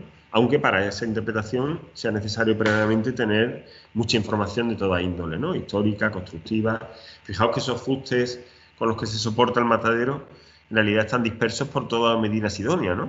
Desde una especie de diáspora, que desde el templo donde se supone que estaba el templo de Hércules que María menciona, se puede encontrar el rastro de todos esos fustes dispersos por la ciudad, ¿no? Algunas simplemente reforzando esquinas para evitar el choque de antiguamente de carruajes y ahora de vehículos, ¿no? Esas situaciones a nosotros nos parecen pues, mucho más sugerentes, más potentes, incluso mucho más narrativas, si se trata de tener una actitud didáctica en cuanto al patrimonio, de cómo se conforman las ciudades, ¿no? Más que el intento de congelarlas en un momento concreto, que además no es cierto, los edificios no se construían de una vez, ¿no? Es bonito también porque vemos cómo se reutilizan los elementos de dos formas. Una es, yo tengo que construir esto, voy a buscar qué columna hay que me sirva como esa altura, y si no la hay, la propia arquitectura se amolda a esos restos, bien apeándola, calzándola, emparedándola. Bueno, después hubo esta otra decisión que también tiene que ver con el eco del pasado del edificio. Las propias columnas que habéis visto están llenas de marcas porque a ellas se ataban las reses para poder ajusticiarlas, para poder sacrificarlas. Por lo tanto, había como esa especie de susurro continuado del pasado del edificio que nos llevó a entender que la materialidad de lo que nosotros hiciéramos no debía ser nada excesivamente sofisticado, ni tampoco pulido ni brillante, sino más bien debería responder a una cierta rudeza, ¿no? Por eso los forjados se encofran con tablillas reutilizadas, que generan pues, bueno, pues una textura bastante potente. Los morteros de cal no se fratasan, sino se dejan casi en las bases, que son más crudas. En la sotelería se utiliza esta piedra, que originalmente es la piedra de Tarifa, que es muy utilizada en esta zona, en Andalucía sobre todo, y era lo que se utilizaba antiguamente como solera. Se ponía incluso debajo de la solería o bien se dejaba vista. Entonces suele aparecer, cuando se hace rehabilitación de este tipo, suele aparecer debajo de los suelos. Y hay como esta pretensión de que la materialidad acompañe pues, el pasado industrial del edificio, ¿no? O este tipo de forjados, o las máquinas de aire acondicionado, que se les quita la carcasa y quedan vistas, ¿no? Como directamente en acero galvanizado.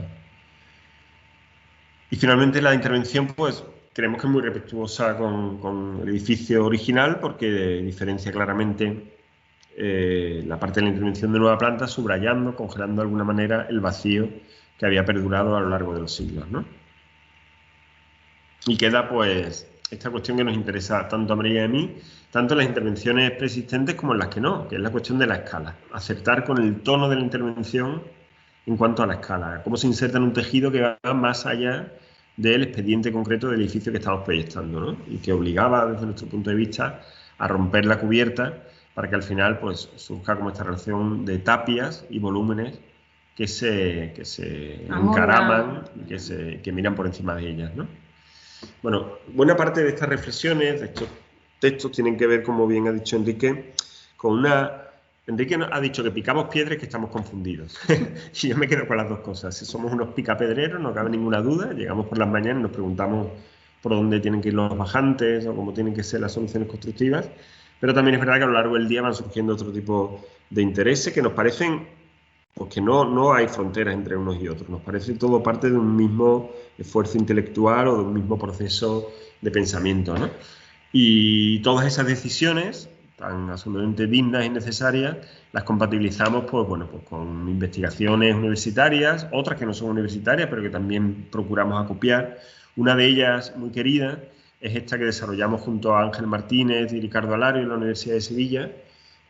Creo que la conoceréis alguno de vosotros, por lo que ha dicho Enrique, donde a través de 4 apartados dedicados al tiempo, a la ruina o a las traslaciones, vamos ordenando una serie de textos, algunos específicos del mundo de la arquitectura, otros de la literatura, pero que nos parece que son reflexiones a propósito de las intervenciones sobre preexistencias, ¿no? Aquí tenéis el sitio web, podéis descargar los textos o leerlos directamente en la propia página, ¿no?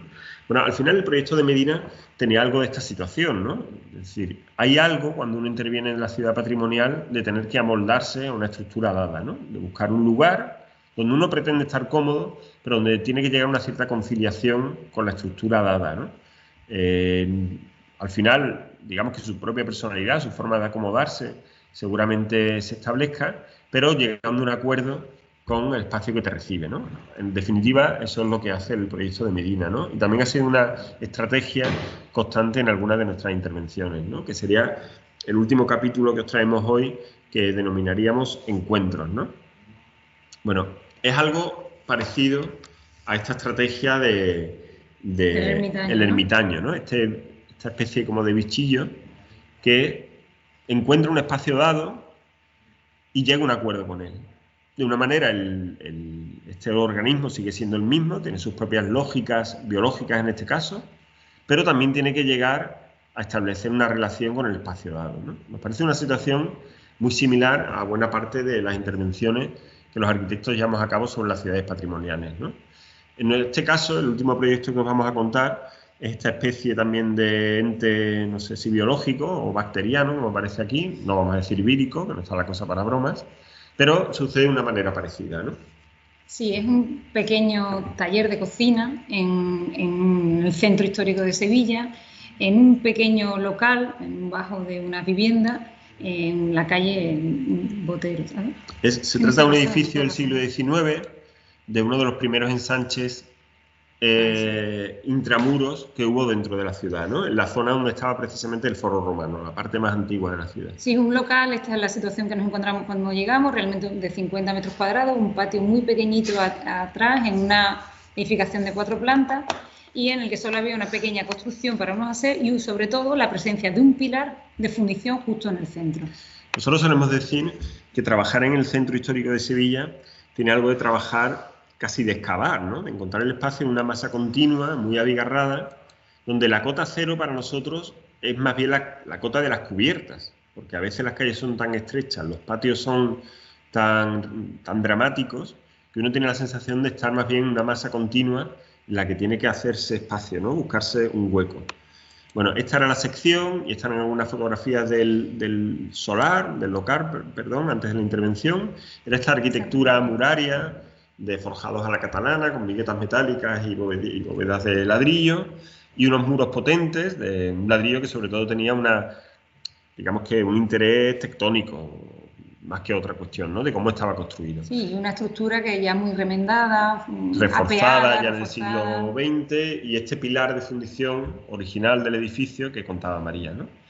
Se trataba de hacer un taller de cocina para un restaurante en Sevilla que se encuentra en otro lugar, en la calle San Luis, que quería de alguna manera volver a sus orígenes y buscar un espacio de experimentación culinaria donde el cocinero formara parte del espacio donde están también los comensales, ¿no? Es decir, el acto de cocinar sería un lugar abierto.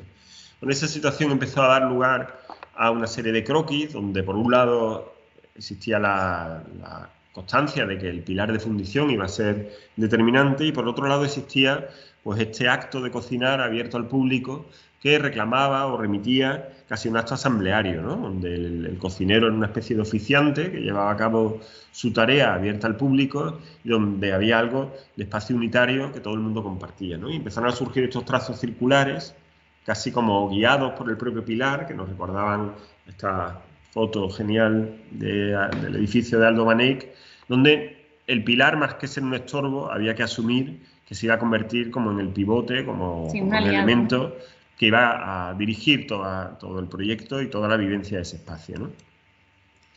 Sí, claro, al final, claro, se trataba de conciliar esta idea como de la mesa en torno al pilar, ¿no? Una geometría totalmente interior con unas condicionantes exteriores, ¿no? Cómo amoldamos esa geometría tan fuerte, que es la del círculo, que estaba mediada por ese movimiento alrededor del pilar, con la caja y sobre todo con el exterior. Claro, había la pretensión de un espacio deseado, que nos parecía óptimo para las necesidades que nos habían solicitado, para las necesidades privadas, con el encuentro con una estructura pública que es la de la ciudad, ¿no? Es decir, el espacio de alguna manera es autónomo respecto a la estructura patrimonial o a la preexistencia dada, ¿no? Surgía esta condición de una arquitectura que nos interesa especialmente, donde forma y espacio no acaban de encontrarse. Es decir, no es tanto, esto lo comentábamos el otro día, la relación del guante con la mano, donde hay una absoluta coincidencia entre espacio y forma, sino más bien sería esta condición como de caja de reloj. Hablo de estos relojes que vienen en cajas muy grandes. Sí, estas cajas cuadradas que cuando las abres están forradas de terciopelo y se amoldan a la forma del reloj, ¿no? Donde, por un lado, la geometría exterior responde a unos condicionantes, mientras que la geometría interior responde a otro tipo de necesidades, ¿no? Bueno, es una arquitectura que nosotros creemos que es de raíz fundamentalmente barroca, ¿no? Recordando también por estas cuestiones de proyecto menor, y menor entre comillas, menor en cuanto a la escala, pero creemos que no en cuanto a la intensidad de la mirada. Fijaos que proyecto menor nada más y nada menos, ¿no? Una de las primeras versiones de San Carlos alle Quattro Fontane de Borromini, donde hay también esta idea, en esta planta más adelante lo veremos mejor, de conciliar un espacio deseado, este espacio oval, en el interior, con una estructura urbana dada, en esquinas, todos conocéis este proyecto de Borromini, donde al final va surgiendo como esta especie de piel densa que permite conciliar las dos geometrías, ¿no? Bueno, ese fue un poco el argumento del proyecto, donde el espacio intermedio entre la circularidad de la nueva intervención y el espacio cartesiano rectangular de la preexistencia se concilia a través de los espacios intermedios, de los usos técnicos, de una especie de colchón que permite generar transiciones densas, permite controlar las relaciones entre lo privado y lo público y permite que finalmente se concilie la ciudad con el espacio, con la autonomía del espacio, ¿no? Sí, hay geometrías que son muy poderosas, el círculo es una de ellas, pero es que aparte de aquí, una vez que se metió el círculo, resolvía todos los problemas, resolvía este pequeño vestíbulo de acceso, ¿no? Que tiene que escribir el círculo de diámetro de 1,50 por accesibilidad, resolvía en la esquina opuesta lo mismo para el aseo, nos permitía esta diagonal, ¿no? Que hacía que amplificaba la dimensión del espacio porque desde la entrada veía el patio al otro lado y nos permitía también, como en este movimiento centrífugo, te recogía y te lanzaba como al espacio central, ¿no? Bueno, finalmente el proyecto se construye casi como un mueble, con esta pretensión del ermitaño que contábamos antes, ¿no? De introducir una nueva entidad, en este caso constructiva, no biológica, con sus propias reglas, con su propia autonomía geométrica, constructiva, y que por contraposición funciona con la estructura preexistente, ¿no? Con la estructura, en este caso, prácticamente de carácter urbano, porque es una traza de la ciudad que se debe precisamente a la evolución de la ciudad desde que fue foro romano, ¿no?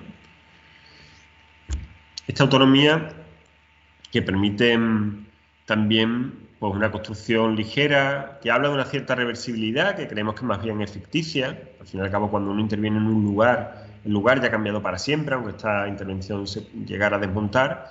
Pero sí que es verdad que no pretende dejar una huella, una herida, sino que será una intervención que podría desmontarse y quedaría la memoria, ¿no? Como el rastro fundamental de la intervención que ha habido aquí, ¿no? Es una intervención que también entendemos que expande el sentido de la continuidad sobre el trabajo, sobre las persistencias que podríamos tener en otras ocasiones. Es decir, no existe, lo hemos dicho antes, desde nuestro punto de vista, el trabajo de nueva planta, ¿no? Por ejemplo, la tabula rasa en arquitectura.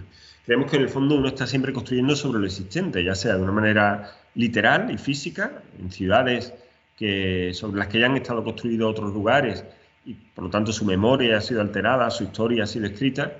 También porque la arquitectura, nosotros al menos lo entendemos así, es una historia de continuidad, ¿no? Las ideas son la primera acción patrimonial, reescribimos sobre ellas, las interpretamos. ¿Sabéis esta idea tan bonita que dice Jean-Luc Godard, el cineasta francés, de que no importa de dónde cogemos las cosas, lo importante es que las llevamos a otro sitio, pero por supuesto que las cogemos de otros lugares, ¿no? Es decir, no existe la idea nueva, sino más bien existe una especie de reinterpretación de otros argumentos. El proyecto de este taller de cocina para nosotros tenía mucho que ver también, o estaba influido, de una manera, si queréis, casi inconsciente, por esta intervención patrimonial, por cierto, tan interesante de Franco Albini, que es la cripta de la Catedral de San Lorenzo en Génova. Y bueno, pensábamos que nuestro proyecto era casi el encofrado de aquella estructura de hormigón tan interesante y tan poderosa que llevó a cabo Franco Albini, ¿no? Claro, esto que os contamos como una continuidad no es tal. O sea, nosotros, cada proyecto hay un reto constructivo también, y aquí nos encontramos con un problema geométrico. Nosotros hacíamos una empalizada que iban separando los palos a una distancia, que cuando tenían que confluir en el centro, en el pilar, pues por la sección, como se iba disminuyendo los huecos, los palos no podían llegar. Claro, no es como los radios de una bicicleta, que tiene una sección despreciable, sino que al ser escuadrillas de madera, al converger todos en un punto había un problema, no cabían. Entonces, bueno, pues uno aprende, mira atrás, mira al pasado, en definitiva.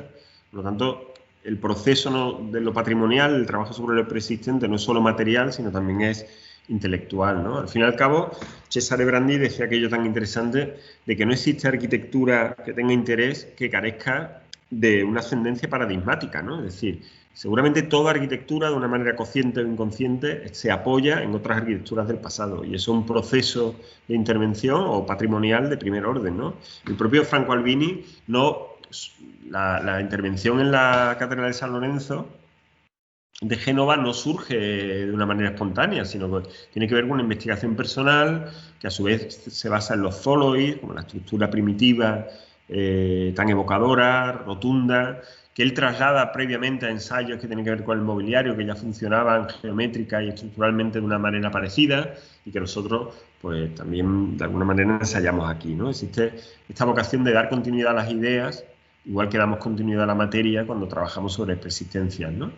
El trabajo de muchos artistas que nos interesan y arquitectos hablan sin complejos de esta posibilidad de reformular o de reinterpretar argumentos que otros han iniciado, ¿no? Por ejemplo, esta fotografía conocida de Tacitadin, basada en los bodegones de Giorgio Morandi, ¿no? El artista boloñés, donde no era tanto el interés por sus bodegones, sino las trazas que él mismo iba generando en los papeles que utilizaba para disponer el bodegón, y cómo geométricamente, con absoluto rigor, iba dibujando arcos de circunferencia, disponiendo donde debían ir las piezas que finalmente pintaría, ¿no? Y Tacitadin decide coger una parte de su trabajo y a partir de ahí escribir su propia historia artística, ¿no? Y a nosotros nos parece que es también una manera de reflexionar sobre el pasado, ¿no? Que nos parece especialmente interesante. Decía T.S. Eliot que toda obra poética se asienta en la reflexión crítica de una obra del pasado, ¿no? Nosotros creemos que es absolutamente así. También una forma lúdica de enfrentarnos al trabajo, replantear aquel taller, era jugar a que éramos Tacitadin durante unos segundos o Giorgio Morandi, y que nos dedicamos a dibujar en el suelo, a través de ese pilar de fundición que nos servía de eje, pues todas las circunferencias equidistantes, recíprocas, reverberantes en todo caso, que iban dibujando la intervención, ¿no? Sí, hay un tema muy bonito, lo nombro de pasada porque quizás llama un poco tarde, que es la mesa de este proyecto, ¿no? Era, en parte, traerte un poco la esencia de lo que es la madera de Sevilla. Nosotros trabajamos con esos dos personajes que habéis visto antes replanteando la mesa, que es Hombre de Madera y Nicolás Schalner, que son dos carpinteros, vecinos nuestros del estudio. Ebanistas, ¿no? Ebanistas, sí, ebanistas, ¿no? Que lo que se dedican es a recuperar maderas de los árboles que se caen en Sevilla, bien por tala o bien porque caen con vendavales o porque últimamente tenemos un problema muy grande de árboles que se pudren, y recopilan esa madera que, si bien no son de buena calidad, pero con un proceso de secado adecuado pueden llegar a tener interés. Entonces, esta mesa, hicimos la cartografía de dónde venían las mesas que configuraban, las maderas que configuraban la mesa de té, ¿no? Y si veis, la mesa tiene un password que no es una cosa azarosa ni caprichosa, sino responde a poder aprovechar las maderas que ellos tenían en el taller, ¿no? Al final, la propia mesa, pues, está recuperando materia de la ciudad, desplazándola, que es otro acto patrimonial de primer orden, y reconstruyendo una nueva realidad, pero que está íntimamente vinculada a la memoria de la propia ciudad, ¿no? Bueno, aquí la veis. Este es un poco el resultado. La verdad que ellos están muy contentos. Siempre dicen que se sienten como en casa, y una vez les revelamos que algo que hizo inconsciente surgía aquí, ¿no? Este es el restaurante original que ellos tienen, que está en la calle San Luis de Sevilla, como hemos dicho. Resulta que está frente a la iglesia barroca junto al Salvador de Sevilla más importante, que es San Luis de los Franceses, ¿no? San Luis de los Franceses es de un arquitecto sevillano muy habilidoso, barroco, que se llamó Leonardo de Figueroa, que construyó apenas unos años después esta iglesia de planta central, claramente influida por Santa Inés de Borromini en Roma, ¿no? Claro, sucede que al final volvemos a la misma historia, ¿no? Hay una idea de continuidad, una idea de interpretación, una idea de considerar que el tipo, en este caso de planta central, que también contamina la idea del taller de cocina que nosotros hicimos, tiene interés en cuanto a invariante, no tanto en cuanto a fórmula que se replica, sino algo que siempre, una vez decantado, siempre está expuesto a nuevas reflexiones, y que al final genera una continuidad que va desde Roma hasta San Luis de los Franceses, donde se encuentra el restaurante original, hasta finalmente la planta central de nuestro propio taller de cocina, ¿no? Cada uno a su escala, cada uno con su importancia, no cabe duda, pero construyendo una historia que va desde el pasado hasta el presente, ¿no?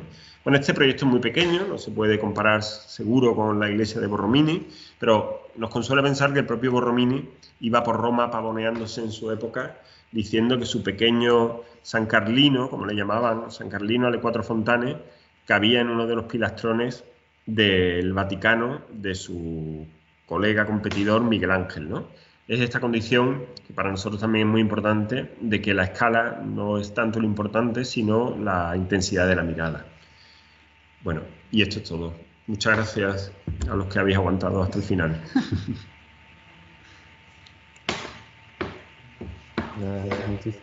Muchísimas gracias. Preciosa foto esta. A vosotros, vamos. Tenemos unos minutos, si os dejáis. Claro.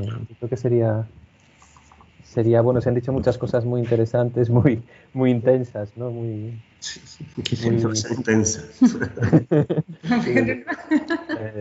Un montón de notas. Pero bueno, no quiero lanzar yo, por favor, si de todos los presentes, que no son pocos, queréis plantear alguna cuestión a María y a Juanjo. Es el momento. He recibido al tiempo, igual que está ocurriendo por ahí en el chat, felicitaciones y agradecimientos de compañeros y de alumnado y demás. He recibido también por WhatsApp al tiempo que estabais hablando también, igualmente muchas felicitaciones de muchos compañeros también que conocéis. En cualquier caso, yo creo que ha sido súper estupendo, más que estupendo, digamos, digo superior. No quiero ser pesado con esta vez. La gente con esto del online se corta un poco.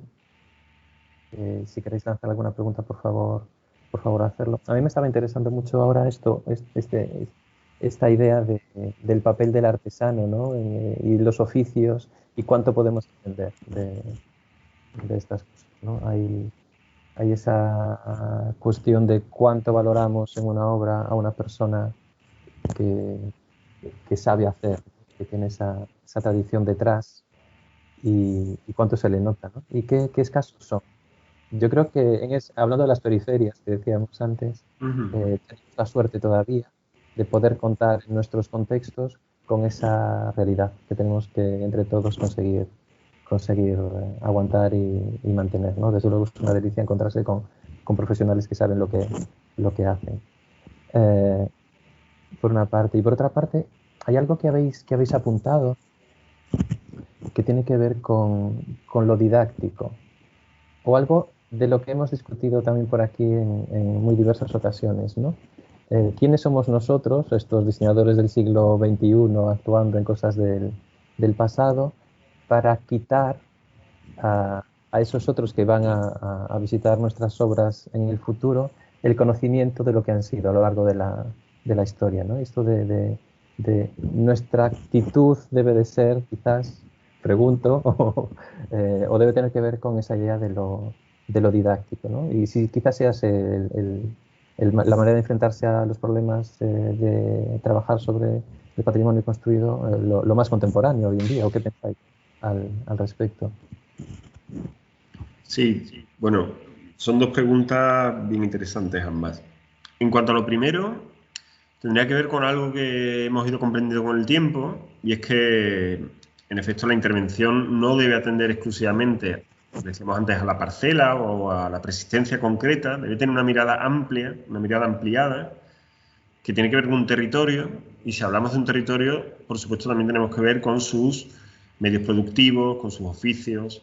Ahora, por ejemplo, vamos a intervenir en una casa solariega renacentista en Córdoba, pegado a la mezquita, un lugar de una altísima intensidad patrimonial, y estamos intentando que todos los oficios que trabajen allí tengan una raíz artesanal muy ligada a como fue la construcción original del edificio. Por ejemplo, vamos a trabajar con cales que se hacen todavía en hornos de leña de olivo, que son de los pocos hornos que quedan todavía que no son industriales. Bueno, esto obliga necesariamente a un cliente implicado, porque muchas veces estos oficios son más caros, porque claro, son más tiempo, hay más mano de obra, y hoy día lo caro es la mano de obra. Pero es verdad que tiene un cierto sentido de entender la intervención como una reflexión ampliada, que no solo tenga que ver con el momento final de la obra, sino con el proceso. Y que el propio proceso ya suponga también una cierta rehabilitación de técnicas, de oficios. Nos interesa mucho, aunque es muy difícil, eso también es cierto, porque en determinados momentos, pues ya digo, supone pues supuesto más caro o procesos más lentos y demás, pero lo intentamos, ¿eh? Dentro de un par de años venimos a contarosla, a ver cómo ha quedado. Y después, esta otra cuestión que mencionabas de lo didáctico. Bueno, aquí me acuerdo de Billy Wilder cuando decía: si usted tiene un mensaje, vaya a la oficina de correos y envíalo, pero por favor haga cine. Es decir, didáctico, sí, retórico, seguramente no. Es decir, no podemos ser pesados hasta la extenuación intentando contar cada momento del edificio, cada huella, cada cicatriz. Creo que la labor del arquitecto, acompañado de otras agentes como arqueólogos, historiadores, tiene que ser discernir qué tiene interés contar, qué tiene interés subrayar y quizá que no tanto. Hemos hablado de una intervención muy cruda como la del Centro de Arte Contemporáneo, pero también hemos insistido en que no creemos que sea una fórmula. Creemos que tiene que ver con un edificio muy concreto, muy herido, muy sobrevalorado en cuestiones, ya digo, burocráticas, y que también por cuestiones coyunturales creemos que merecía la pena tener esa actitud tanto retórica, he dicho antes, pues sí, como muy narrativa, muy didáctica. Pero también creemos que debe llegar el momento donde un edificio se merezca que sea revestido, porque su dignidad reside precisamente en ese mundo del revestimiento que oculta la tramoya, ¿no? Hay arquitecturas que su vocación es más bien la del misterio constructivo, no tanto la de la exposición directa de cómo está hecho. Creo que la labor, vuelvo a las palabras de Sola Morales, intervenir es interpretar. Es fundamental conseguir interpretar adecuadamente cuál es la naturaleza tanto del edificio que te acoge como de la intervención. A mí es que nosotros no diferenciamos entre intervenir en una persistencia e intervenir en una parcela en blanco donde construir. Al final, los mecanismos que desarrolla el proyecto son exactamente los mismos. Bueno, hay cierta especificidad. Claro, hay cierta especificidad en cuanto a los materiales, las técnicas constructivas, incluso con lo que te encuentras, ¿no? Pero que la actitud es exactamente igual. No hay diferencia entre intervenir en persistencia e intervenir en una parcela en blanco. Lo habéis contado muy bien. Creo que hacía referencia, ya no recuerdo exactamente, a Ignacio Aparicio cuando decía que que dice, vale, actuar sobre algo que ya está, simplemente es más difícil. Tenemos que desplegar nuestras herramientas con mayor intensidad, a lo mejor, o con conocimientos yo creo específicos quizás más profundos. Que hay una especificidad que es verdad que obliga a otras cosas. Lo que pasa es que es verdad que no se diferencia de otros contextos. Me refiero a la investigación. Precisamente esa reclamación de la interpretación, de que a los arquitectos se nos tiene que dejar reinterpretar la preexistencia, porque la mejor forma de ponerlo en valor, obliga a un trabajo de investigación muy riguroso. Para poder interpretar necesitas conocer.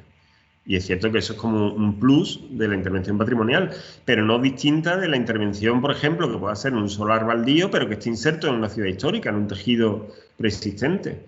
Que igualmente, aunque tú no vayas a tocar exactamente la piedra, necesitarás conocer en profundidad dónde estás, ¿no? Entonces, bueno, sí tiene una cierta especificidad, pero no es un asunto de especialistas. Eso es lo que nosotros nos negamos absolutamente a asumir. Especialización y especificidad son dos cuestiones distintas. Muy bien. Bueno, ahí sigue habiendo felicitaciones y agradecimientos en el chat. No hay preguntas concretas. No sé si Patricia estás... Bueno, yo daros las gracias también, ¿no? Habéis sido súper amables. El mejor aplauso es que habéis mantenido ahí a 80 personas atentos a vuestro discurso, que por otro lado está perfectamente hilado, está hecho con una puntada súper fina que es el oficio, ¿no? El oficio y luego el tiempo que se pasa, porque hay que pasar el tiempo, lo que dices tú. Investigar significa de todo, significa desde el principio conocer la parcela, no sé qué, investigar en cómo lo dibujo, eso es algo que los alumnos que están aquí tienen que aprender, cómo se dibuja y investigar hasta cómo se cuenta, ¿no? Y trabajar todos los aspectos. Entonces, nos habéis dado una súper lección. Bueno, también hay que decir, cuando uno cuenta las historias a toro pasado, como decimos por aquí, construye una cierta ficción. Es decir, esto es una cuestión que asumimos hace ya tiempo sin ningún complejo. Muchas de las referencias que contamos las hemos descubierto después y nos han ayudado a entender nuestro propio trabajo. Nos da bastante igual si hay una coherencia temporal en las referencias que contamos y los proyectos que los acompañan, ¿no? Más bien se trata de asumir esto que decíamos antes, de que uno participa en una reflexión que está en el aire y que acompaña la historia y que otros arquitectos han desarrollado, otros artistas, y no hacemos más que arropar esas ideas. Si vinieron antes del proyecto, si surgieron durante el proyecto o vinieron después, nos da bastante igual, ¿no? También es verdad que muchas veces no somos conscientes que esas referencias estaban ahí, hasta que no las encontramos no caemos que es verdad que estaban ahí. Es necesario muchas veces investigar y estudiar arquitectura más allá de un problema específico, porque uno lo que tiene en tu cabeza, hay ciertas cosas que en algún momento confluirán, ¿no?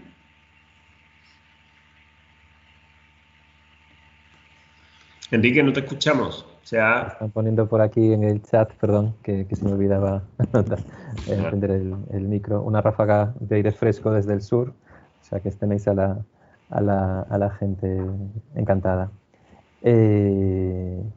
Muy bien, yo no quiero tampoco forzar, porque estas cosas del online siempre son complejas.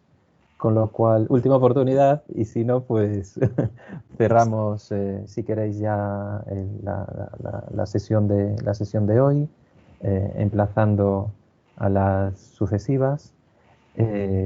No sé, yo creo que ha sido estupendo, interesante, intenso, sugerente, todo un montón de adjetivos buenísimos que podríamos poner, ¿no? Si Elías Canetti decía que solo por el color vale la pena vivir o algo así, creo que era, pues nos habéis enseñado también muchas cosas por las cuales vale la pena meterse en estos líos y desde luego escucharos a vosotros dos hoy aquí.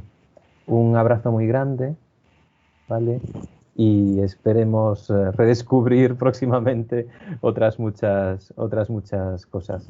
Os emplazo para ello y mantenemos desde luego el contacto. Un abrazo fortísimo y muchas gracias a todos. Muy bien, pues cerramos entonces la sesión de hoy Os contactaré por correo electrónico en un rato también. Y nada, os emplazo a la siguiente jornada, de jueves en jueves, para continuar con este ciclo. De nuevo gracias a vosotros y de nuevo también gracias a todos los que estáis participando en esta jornada. Un abrazo. Muchas gracias, Juanjo y María. Hasta luego. Hasta luego. A vosotros. Hasta luego.